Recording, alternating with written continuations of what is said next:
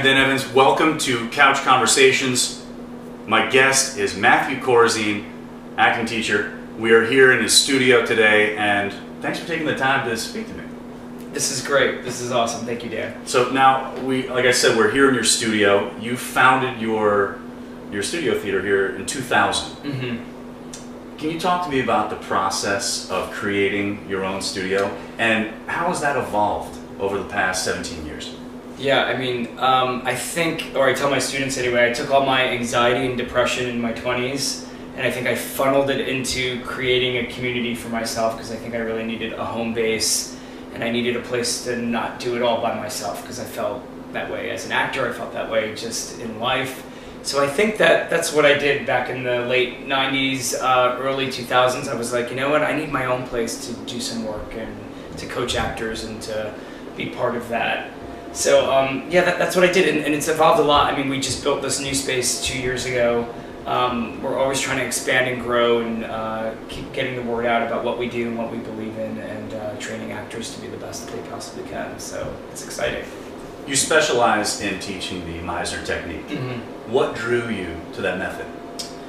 Yeah, I mean, as in undergrad, most theater majors get like a potpourri of many different methods, and you kind of gravitate towards one. And for me, I think that was the scarier one. It was the one that was a little more, really relied more on me being myself and bringing my vulnerability and my truth to acting, which is something that always scared me, but it's something that I always wanted and needed to be seen, and I needed to be heard on such a greater level than real life supplied. So the Meisner work really unraveled my socialized way of being to really get me down to like raw creative Matt. So I think in that aspect of teaching someone to be moment to moment, I always loved improv, and I was always great with improvisation. But then in acting technique, I always felt there was sometimes a wall between the character and for me. And I felt the Meisner technique was the first needle with thread that pulled it through of like, hey Matt, we're going to use this part of your personality into this imaginary circumstance, and that's how we build the character. I was like, oh wow, I always thought it was about getting rid of me. And then I finally learned through the Meisner work it was about incorporating the sides of me that I tried to get rid of. So for me, that was such a relief that I could actually be me in the paradox it is in acting. I can be more myself. What would you say was the catalyst for you to become a teacher? Yeah, I remember I had an agent and a manager back in 2000, and I remember they needed more headshots and I was out of them. And I remember I was like, I just started one class, like I had 5 students, I started once a week, I was waiting tables, I was auditioning, and I worked on a show, and my theater manager at the time, or production manager at the time, she said, you know, you should teach how you're directing people. I said, well, I'm just teaching them to listen and react and be in the moment, some of the Meisner fundamental tools that I learned through my training. She said, I'm renting you a space at Shetler Studio. You're going to go there on Tuesday night. You're going to charge people $15. This is true. I'm going to get some of my actor friends, you get some of your actor friends, and you're going to start an acting class. And this is really true, and I did. Her name was Kathy. She made me do all that, so to speak. She saw something in me as a director and as a teacher, that I was just this natural leader, and that was in me. And then I had, like I said, then I had this manager and this agent that needed headshots. And then I was like, I made this ad for Backstage, you know, saying I'm going to start teaching acting and da-da-da-da-da. And I remember I had just enough money that, do I put the ad in the paper or do I get more headshots?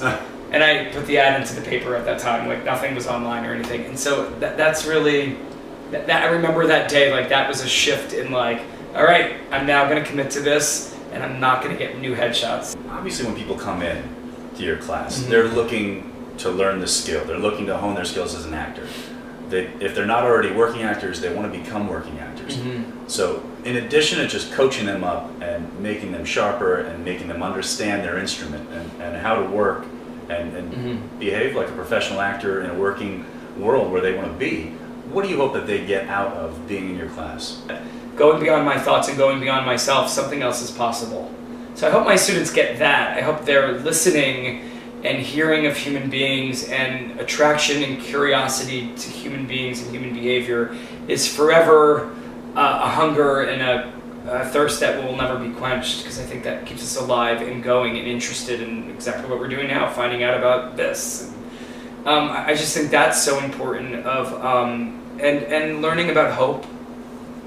I always say hope needs some PR. It has like hope. It's sort of like dainty and stupid, but I really think that hope is actually a confronting, meaningful, heavy word that we really need on this planet and in this world. And I think the arts and artists need to bring what's possible on this planet forward as opposed to what's probable and cynical.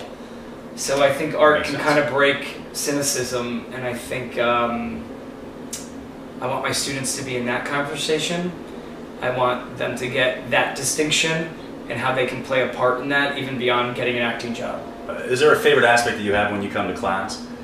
To sit back and watch and coach and work with your students? Is there something that singularly now, maybe more than 17 years ago, stands out about how you work with your students? I think one of my favorite things with my students is I make them write. So I'll make them write personal monologues. That's one of their first assignments here, is writing a story from their own life. That's difficult to say that they wouldn't just tell anybody. I don't proof that before they come. They do that in their second week as a student here. It has to be written and memorized by their third class. So I really throw them to the wolves, so to speak, of I'm new in this acting class in New York City. I've been assigned this personal monologue that I gotta say, like you said, in a group of people I've never met before, and this teacher is asking me to be vulnerable right now. So people are either gonna get on base, or they're gonna strike out, or they're gonna hit a home run. I don't know what they're gonna do. And I literally will sit in my chair and I'm like, they'll hand me their PM1 or they'll email it to Heidi that morning. I don't read it.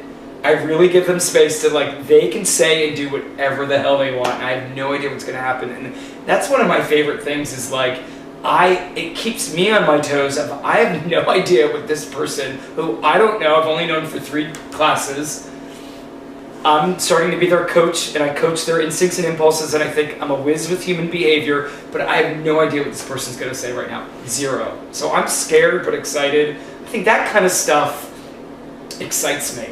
What are your hopes for your studio going forward in the future? Are there any specific goals that you have for this place going forward? My hopes and dreams are to expand my staff, expand contributing to artists making money and building their lives here in New York and elsewhere. That all sounds great. I mean, that's what I want to do. It's a community that you built here. It's community. That's great. That's great. Well, you know what? I want to thank you so much for taking the time to allow me to come into your studio and talk to you about your classes rather. Yeah. Talk everything you've been doing for the last 2 decades.